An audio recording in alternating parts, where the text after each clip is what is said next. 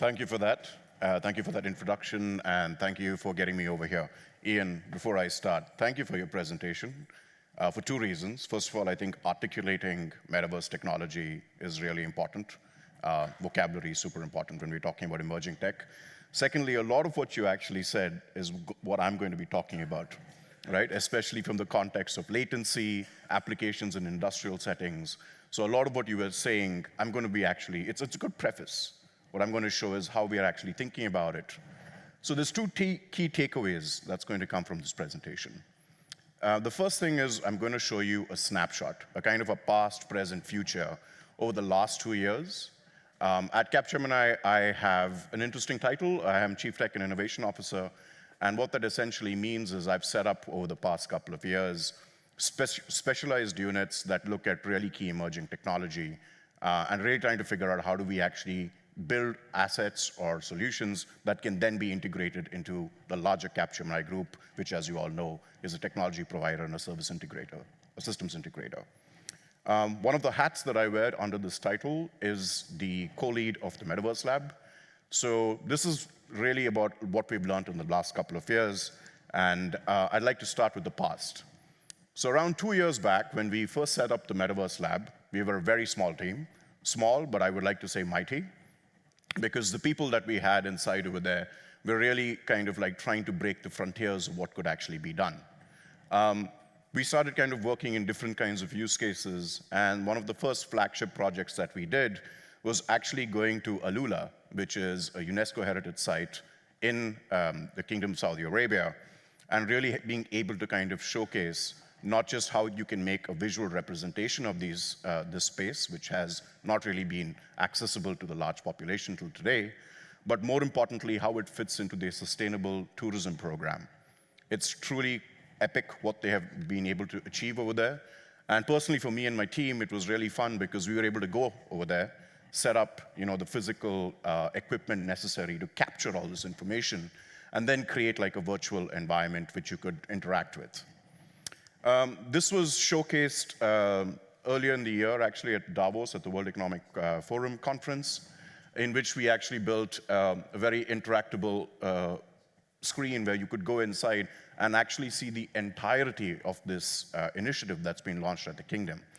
It was a big success because people were, the first time they were experiencing this, but it also helped them understand how a physical space can be thought about in a virtual setting and what you can do beyond that.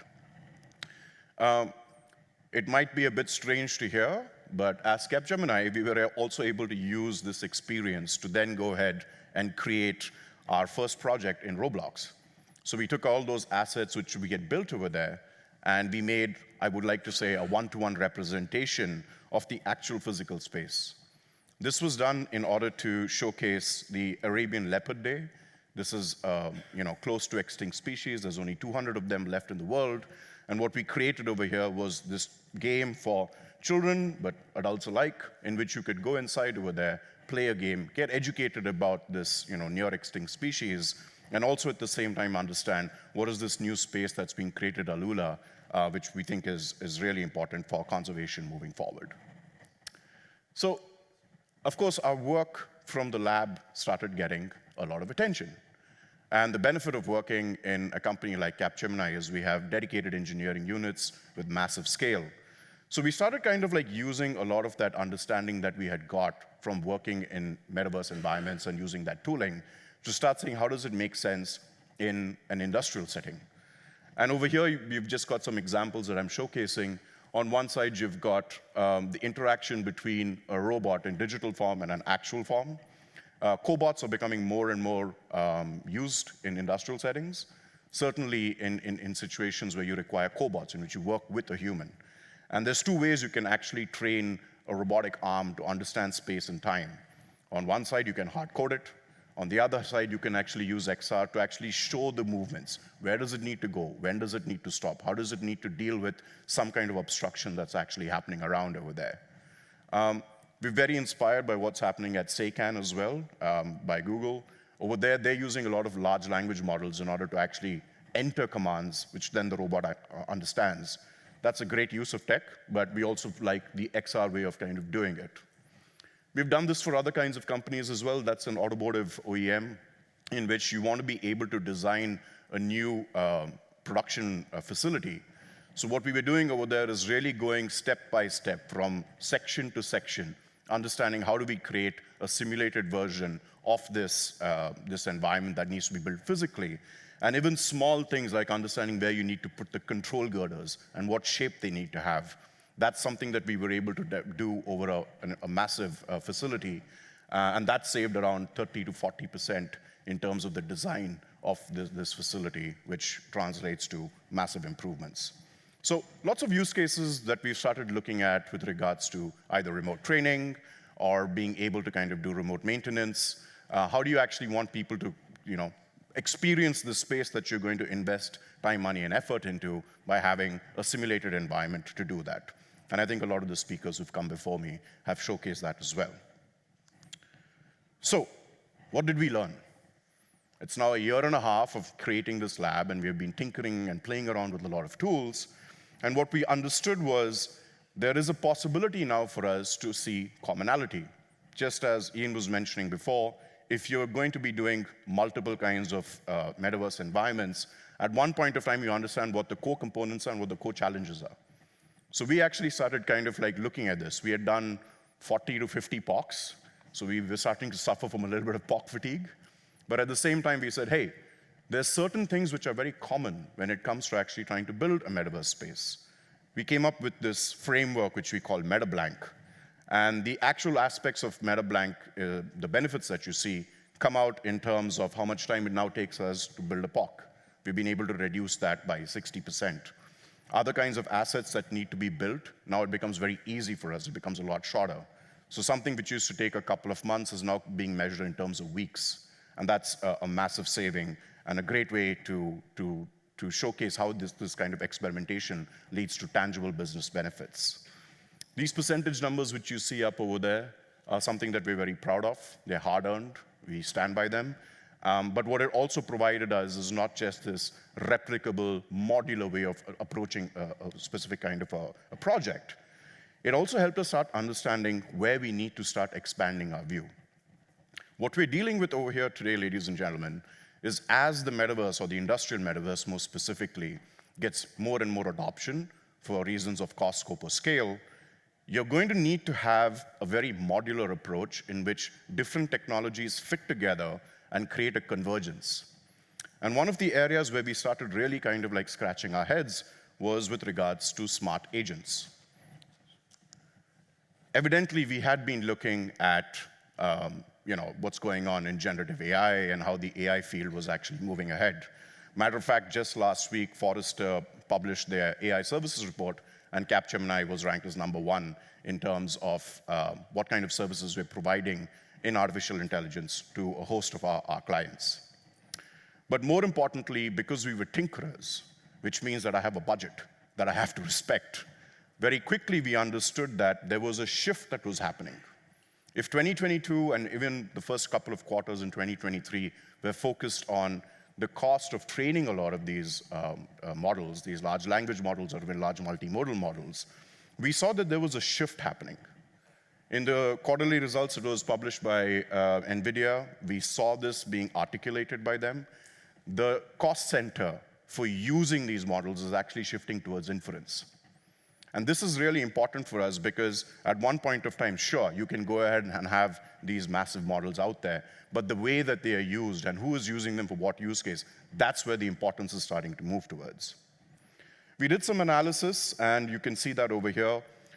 The interesting thing over here is not just the fact that the cost of inference is falling. That's good news. That's good news for everyone. But it is being accompanied along with speed.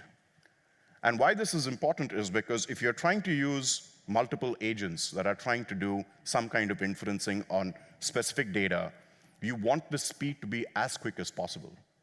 You're working in a situation where you have XR technology being leveraged by AI. And if you have these two technologies that are colliding together, for you to be able to use it and do it at scale, you have to optimize each and every part of that value chain, whether it's AR or if it's XR or if it's AI. And that started making us think that, hey, maybe this is that moment. maybe we're at that point in which we can actually see this convergence between AI along with XR technology, all driven by speed and by lowering cost. So what we started doing was really starting to look at the agentic frameworks. Now, I'm sure that if you are following any of the tech news, which I'm sure a lot of you are, you find the word agents coming up more and more. And the reason that we started getting interested in agents is because when I'm actually on a factory floor and I'm trying to understand what's happening with a machine or a process or anything else like that, and I can use an AI, I'm not really going to ask the AI what was the date of birth of Napoleon. I need to actually understand what's going on in this machine right in front of you. And agents, it turns out, are very good for that. If you can take a model and then train it on extremely specific data, you can actually get better human eval performance compared to using a bigger model, which will obviously be a lot more expensive. It's definitely more generic. It's definitely capable of giving you much more detailed answers. But can it give the answers with respect to one piece of equipment? So when we started looking at it from that perspective, we realized that a change needed to be made in terms of just a regular RAG pipeline. And what we started asking our question was, where can we put these agents? How do we use an agent to be trained on a specific piece of information that gives answers to an operator who's asking those questions, but more importantly, can also communicate with another agent which is further down the workflow so that you can actually start preparing the next step in your process. And this kind of agentic flow system is something that we thought is going to be super interesting from the industrial perspective because of the simple fact that that's actually where you can get the outsized benefits. Consumer tech is great, and I'm happy that there's more and more devices that are coming out there. But let's be honest, a lot of these devices are not impulse buys. They're expensive, you have to really think about it, and what are you actually doing with it apart from a little bit of entertainment? But if you go to the industrial setting, these changes have tremendous impacts in terms of your training cost, in terms of your remote maintenance, and more importantly, in your knowledge management. You've got people who've been working in a production facility probably for 30 years, and now that they're leaving, how do you encode that knowledge? So agents start playing a way in which you can kind of like align all these three things together, in which your training becomes part of your remote maintenance and becomes part of your knowledge management system. There's an alignment to be made over there. We also have an unfair advantage, and I'm quite proud of that. Because we were thinking about these lines and we were able to make sure that industrial metaverse is going to be the area where we really need to double down on our focus, we made the investment to go ahead and make an actual industry lab. It's not big as yours, but it's pretty much out there. It's around 300 meters squared. We've got this based out of Spain. And what we've got over here is really all the kind of like gizmos that you want to have in an industrial setting. Everything that was actually selected either from a data capability, from an equipment perspective, or just like the entire design of this place was based on our work with OEMs, clients who work in defense or in space or in automotive. So we've really tried to kind of take a lot of that understanding that we've got from subject matter experts within the firm and then say, how do you actually create a space which resembles as much as possible the kinds of like equipment that you have in a regular production facility. More importantly, now that you've got a physical space, you can start seeing what you can do in the virtual space. How does this stuff actually come together? How does it merge together, and what is it actually creating in terms of benefits or better safety or better training? The cherry on the cake was just as we were announcing the opening of this small space that we've got over here, it was foreshadowed by a longer negotiation that had been happening for a while. Last month, actually in the beginning of May, we acquired Unity's entire digital twin professional services unit. And that gives us the kind of talent and resources to actually do industrial metaverse projects at scale. The reason for going with Unity was because, well, a lot of our devs were already using Unity. I think a lot of us over here use them. And when we saw the kinds of use cases that they were working on, there was a great amount of synaptic connection in terms of objectives, in terms of what we wanted to do in the industrial metaverse. So now we've got those two units together, we've got a physical space, and we have a direction in terms of thinking. So what we do, what I'm going to show you over here, by the way, is literally 2 weeks of work, right? So when the organizers contacted me, I told my team, guys, help me put something over here. But what you see over here is essentially the agent who's represented over here by this avatar. You can go and ask this agent specific questions about a test bench, about a piece of equipment. And once you actually ask those questions to him, he's then going to be able to direct you. He's going to show you what you need to do, either from a quality inspection perspective or from a maintenance perspective. What we've also done is make sure that there is a connection between the digital and the physical. So over here, we're using a cobot in order to do a certain kind of a process. But at the same time, what you see on the corner right over there is what's happening in real time.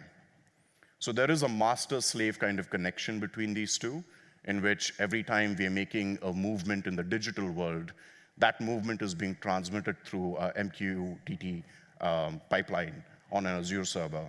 And so the physical one is also moving and vice versa. So that's what you see over here. This is the reverse part of it. We're now trying to make a movement in the real world and seeing how that actually translates within the physical world, the virtual world. The important thing to do over here, to showcase over here, is these are two separate agents. So the first agent does one part of the simulation, and it helps you kind of understand one part. But then when you ask a follow-up question, it tells you where you need to go to do the second part of whatever process you're trying to execute. It's small, it's just started for us, but we have a vision. And what we're thinking today is there is a 4-step kind of like forward pathway for us if we try to look at AI, agents, and XR technology. We classify these two things into spectator and companion modes. So in the spectator mode, the human is essentially standing over there, talking to an agent or to various agents. And what's happening over there is they're actually just verifying that, okay, how is this automation happening? This is the irony of automation. The more you automate, the more you need to ensure that the automation is happening properly. So over here, this is a great way for us to be able to say how the agents are actually being trained, what are they actually doing, and the human is there either as a controller, so there's that feedback loop that's coming in, or you can use it even just in terms of like training so that someone can get exposure to a maximum array of processes that happen within a specific industrial space. We think this is really important, the spectator mode, because measured by any metric, we know that retention, recall, especially in complex jobs such as high-performance engineering or in the medical field, it works better with XR training. I'm not saying that this is the only way to train, but there are certain things in which you really need to have not just the knowledge in a theoretical way, but also in a tactile way. And this is where we find the spectator mode with the agentic system built into it really, really useful. The second part is actually thinking in terms of companion mode. So this could be with an XR device or a VR device, depending on the use case, in which it's kind of like Jarvis. It's floating around over there. You're talking to it. It's understanding what you're saying. But of course, the conversation that you're having is with regards to a specific piece of equipment. So it's like the guru when it comes to that equipment, and you are the one who's actually trying to figure out what needs to be done. Very useful, we believe, in terms of troubleshooting kind of scenarios, which can happen in our industrial spaces or outside in the field. So what's our plan when it comes to all of this? Well, first of all, we're starting with, agents in very small context. That's kind of like what we've already achieved right now. We've got enough proof points today to figure out, okay, fine, this makes sense in small contexts. Now what we're trying to do is actually kind of expand that. We want the agents to be able to communicate. And communication has got its own challenge because on one side you're talking in terms of language, but on the other side you also have to think in terms of vision. So how is the machine actually interpreting what it's actually getting, and how do the agents communicate based on that? So that's the next challenge that we're really trying to figure out. Thirdly, of course, we want this to be, there's a whole human-machine understanding element to it. So how does it actually work in a real scenario with a person involved in it? And then ultimately, this is like the ultimate dream, is to make a digital twin less dumb, deaf, and blind. And that you can do by having these agents being able to not just collect all the data and update whatever kind of simulation you're having, but see what happens in terms of the follow-on steps. Where are the bottlenecks occurring? How do you need to kind of like change constraints based on that? Of course, all of this rests on the bedrock of good old-fashioned IoT, data, and connectivity, and all those kind of like technologies, which for some reason we don't hear about too much today, but are fundamental in order to be able to achieve this kind of a vision. And that's kind of like where we are. So to finish up, if there is a key takeaway that I would ask you to kind of remember from this, it's great to have an understanding of XR and where it's going to go and what it's going to do, but you do need to think about this in terms of a system. We are part of a larger whole, technologically speaking. And while your agent is sitting in the middle and it's helping you kind of figure out a few things, it's fundamental that your data and IoT is structured in the right way so that the agent can understand. There is a lot of artificial and intelligence which is involved in the building of this, but let's face it, AI is neither that intelligent, neither is it that artificial. There's a lot of human effort that goes into it. So being able to kind of understand what's your IoT, how does the data actually get organized, how is it getting fed, and how are you trying to actually break down your computation, both at the sensor level, at the edge level, at the cloud level, is super important moving forward if you want to be able to have cost-effective strategies which leverage the best of both kinds of technologies. At the same time, it really makes you start thinking in a different way about your connectivity, about your robotics situation as well. So having this kind of take a step back and seeing the whole puzzle together, I believe is super important moving forward, because this is what we're seeing today. We're seeing the convergence of different technologies, and that's going to actually define what reality means in an industrial metaverse era. So that's it for me. That's my short presentation on what we're doing today. I'm here for the rest of the day, so if you want to have any conversations or follow-ups with regards to how we're thinking and what we're doing, I'm here for that. Thank you. Thank you, Kerry. Yeah, very interesting, especially about the agents. I think OpenAI also wants in their GPT-5 model also includes AI agents actually, because they're now. No, sorry. Yeah, I mean, GPT already does that. So there are agentic frameworks that you can go. There's both closed as well as open source. Yeah. So we've played with both. And what we are actually doing right now, we are using GPT-4 to do it. There is a reason for that. When we first started doing it, my belief was let's go and use open source models, because you're going to be working with companies which have got confidential information. They can't send this information to the cloud. 68% of enterprise information is actually just thrown away. Gartner did that study a couple of years back. So the reason that you want to be able to use local models is because you've got either regulatory issues or confidentiality issues. The issue is when we first started playing with the open agents, like Llama 3 and stuff like that, that increases my training time by 3 weeks, and I have a budget, and I cannot just kind of let these guys go at it. So we are happy to do that. We know how it works. We're happy to do that with open models or something which is bespoke, if there is an actual use case with regards to it. Yeah. But yeah, agents are out there. It's going to become more and more important this year for sure. And how to get started? That's one of the questions. How to get started building an AI agent? We were already doing quite a bit of work with AI. So within Capgemini, we have got a large team which is focused on really doing computational intelligence. And we had been going to a number of academic conferences, and the concept of agents was not entirely new to us. I think we just didn't see how it could be used. When LLMs came into the play, that's when we saw, okay, how does an agentic system actually look? And that made us think about inference cost, and that made us think about context specificity and training on specific amounts of data.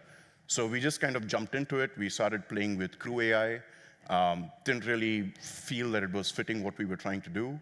Then found out that, because we were partners with all the hyperscalers, that they had their own agentic system frameworks which are out there.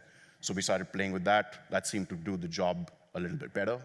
And we're still going. I don't have a final answer on it. We're still kind of learning as we go along. Let's hope that the big update of GPT-5 will provide more easy-to-use solutions, right? I already saw some solutions in the marketing, where it's like, okay, some marketers can basically just retire, go on holidays forever, because it's like literally automating all of the work. I'm not a believer in that, because I really think that undermines the human capability.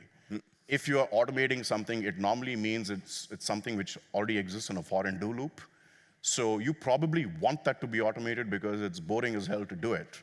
That shifts the amount of time that you can actually use to do something which is more creative, which is a bit more human-centric. And we think that that's something which is really important, that every time you automate something, it doesn't mean those people who are doing that job are now kind of like got nothing to do. It's just that you have to shift them in doing something else, which can have a lot more intimate kind of relationship with whoever else you're working with. Another question from the audience is about the industrial metaverse that we've been discussing already extensively today. It's often seen at only big brands, such as BMW, Porsche, Boeing, etc. Yeah.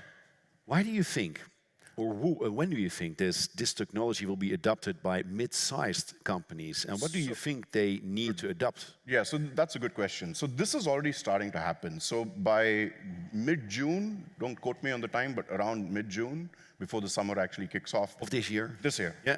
We are going to be publishing what we call an industrial metaverse playbook. We did one a couple of years back already, which defined what we call the Internet of Digital Twins, in which how does one twin talk to another. But over the past 2 years, we've kind of like figured out the pragmatic aspects of what it takes to actually launch one of these things. Capital is definitely the #1 barrier. If you want to be able to do this, you have to actually make an investment either in terms of your digital transformation strategy or buying new equipment and platforms and subscriptions, et cetera, et cetera. So I think the biggest barrier is just the cost part of it. And then you need to justify it in terms of your ROI. So when is this investment actually going to break even and then start having that kind of profit? You have to measure this in time spans which can go into months, maybe into years. And if you're a mid-sized company, you're talking about your ARR in a month-to-month or a quarter-to-quarter basis. So automatically, you have to actually look at what are the cheaper, low-cost solutions that can allow you to participate in this, whilst at the same time probably take inspiration from the bigger investments which are happening out there. Interesting. Now, I think we're going to all follow you on LinkedIn, waiting eagerly for this playbook to come out. Yeah. Kerry, Capgemini, thank you so much for sharing this today. Thank you so much. Thank you.